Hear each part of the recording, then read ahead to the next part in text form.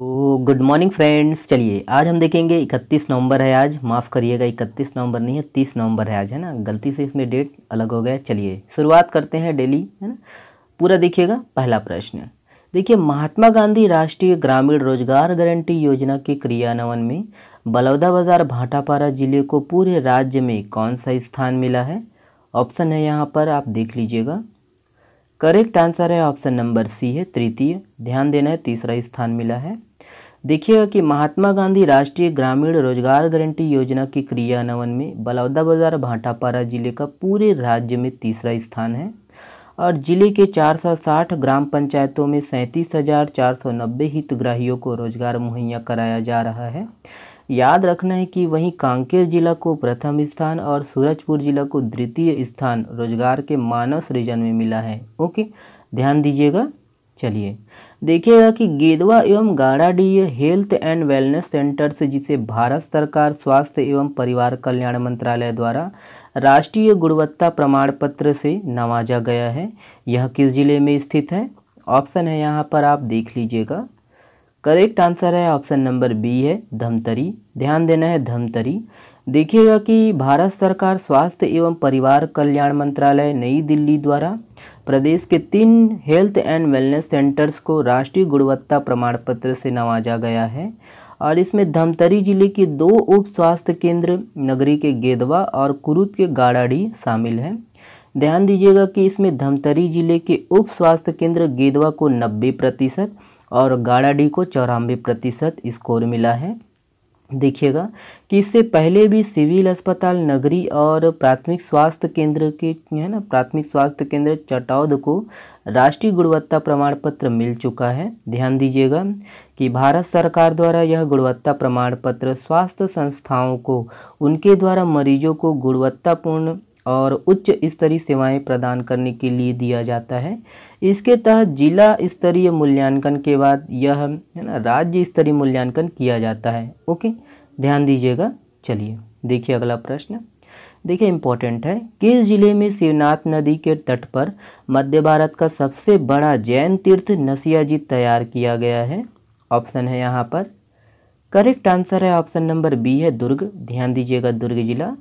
देखिएगा कि दुर्ग जिला में शिवनाथ नदी के तट पर मध्य भारत का सबसे बड़ा जैन तीर्थ नसियाजी तैयार किया गया है और यहाँ मूल नायक के रूप में भगवान चंद्रप्रभ की राजस्थान के लाल पाषाण से बनी विशाल पद्मासन प्रतिमा की प्राण प्रतिष्ठा की जाएगी, जो कि 21 फीट 7 इंच ऊंची है। ध्यान देना है। और इसके साथ ही 11-11 फीट की पार्श्वनाथ और मुनि सुब्रतनाथ की प्रतिमा भी स्थापित होंगी। ओके, ध्यान देना है। और यह देश की सबसे बड़ी पद्मासन प्रतिमा होगी। शिवनाथ नदी के तट पर पुष्प वाटिका के करीब 10 एकड़ क्षेत्रफल में यह नसिया तीर्थ तैयार किया गया है। ओके, ध्यान दीजिएगा। देखिए अगला प्रश्न। देखिए, किस टाइगर रिजर्व में बाघों की कुल संख्या अब 5 से बढ़कर 6 हो गई है? ऑप्शन है यहाँ पर, आप देख लीजिए। करेक्ट आंसर है ऑप्शन नंबर सी है, इंद्रावती। ध्यान देना है, इंद्रावती। देखिएगा कि इंद्रावती टाइगर रिजर्व बीजापुर में बाघों की कुल संख्या अब 5 से बढ़कर 6 हो गई है। WII टाइगर सेल देहरादून द्वारा नए बाघ के रूप में पुष्टि की गई है। इंद्रावती टाइगर रिजर्व बाघों के रहवास के लिए उपयुक्त है। यहाँ वन भैंसा के साथ ही गौर, तेंदुआ, भालू, नीलगाय, हिरण, सांभर, जंगली सुअर इत्यादि वन्य प्राणियों का भी यहाँ रहवास स्थल है।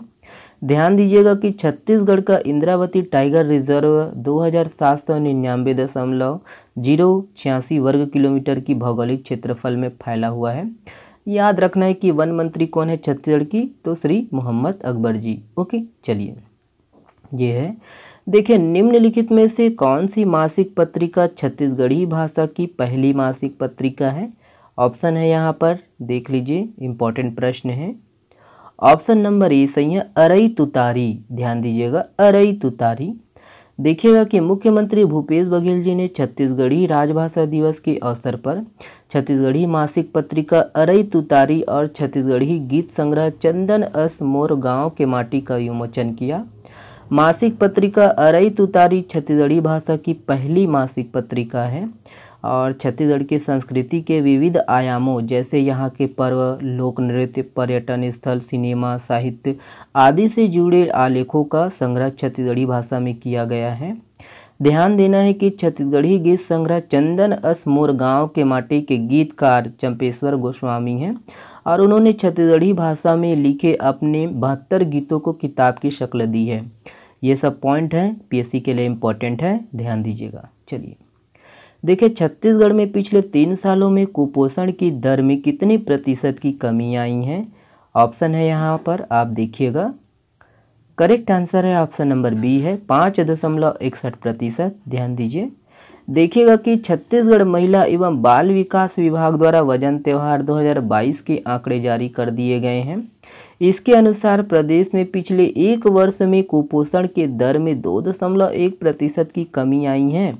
ध्यान देना है कि वर्ष 2019 में छत्तीसगढ़ में बच्चों में कुपोषण 23.37% था, जो वर्ष 2021 में घटकर 19.86% रह गया और 2022 में घटकर 17.76% पर आ गया है। ध्यान दीजिएगा कि पिछले 3 सालों में कुपोषण की दर में 5.61% की कमी दिखाई दी है और 2 अक्टूबर 2019 से है ना प्रदेश में दोस्तों कुपोषण मुक्ति के लिए मुख्यमंत्री सुपोषण अभियान शुरू किया गया था। ओके, है ना, किया गया है। तो डेट याद रखना है, 2 अक्टूबर 2019। ठीक है, देखिएगा इससे दोस्तों प्रदेश में लगभग है ना, देखिए 2,11,000 बच्चे कुपोषण के चक्र से बाहर आ गए हैं।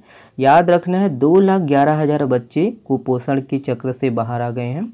प्रदेश में 5 वर्ष तक बच्चों के वजन के आधार पर कुपोषण की दर 6.4% कम होकर 31.3% रह गई है और यह दर कुपोषण की राष्ट्रीय दर 32.1% से भी कम है। ओके, और चलिए ये भी आप देख लीजिए कि राज्य में बच्चों में कुपोषण दर के आकलन हेतु हर साल वजन त्योहार का आयोजन किया जाता है। बाकी ये वाला पॉइंट आप पढ़ लीजिएगा। ठीक है, चलिए अगला देखिएगा। ये वाला प्रश्न देखिएगा, किस कंपनी ने श्रीहरिकोटा में भारत का पहला निजी रॉकेट लॉन्च पैड विकसित किया है। ऑप्शन है यहाँ पर, करेक्ट आंसर है ऑप्शन नंबर डी है, अग्निकुल कॉस्मोस। ध्यान दीजिएगा, देखिएगा कि space tech startup Agnikul Cosmos ने भारत का पहला लॉन्च पैड स्थापित किया है, जिसे श्रीहरिकोटा में एक निजी स्टार्टअप द्वारा संचालित किया जाएगा। ध्यान देना है कि इस सुविधा का उद्घाटन भारतीय अंतरिक्ष अनुसंधान संगठन इसरो के अध्यक्ष एस सोमनाथ ने किया और इस पैड से अग्निकुल का पहला प्रक्षेपण एक नियंत्रित और है ना निर्देशित मिशन होगा। ओके, ये सब पॉइंट है, ध्यान दीजिएगा। चलिए ये वाला प्रश्न आप लोगों के लिए है, इस प्रश्न का जवाब आप लोग दीजिएगा कमेंट्स बॉक्स में। छत्तीसगढ़ में मलेरिया मुक्त छत्तीसगढ़ अभियान के 7वें चरण की शुरुआत कब से होगी। चलिए ये वाला प्रश्न आप लोगों के लिए है, देखिएगा छत्तीसगढ़ में मलेरिया मुक्त छत्तीसगढ़ अभियान के 7वें चरण की शुरुआत कब होगी, है ना, कब से होगी। यहाँ पर देखिए ऑप्शन है, कमेंट्स में जवाब दीजिएगा। आप हमसे जुड़ सकते हो टेलीग्राम चैनल से, इंस्टाग्राम से, फेसबुक से। वीडियो पसंद आए दोस्तों तो वीडियो को प्लीज़ लाइक करिएगा, चैनल को है ना सब्सक्राइब जरूर कर लीजिएगा और वीडियो को शेयर करिएगा। चलिए बहुत बहुत धन्यवाद दोस्तों।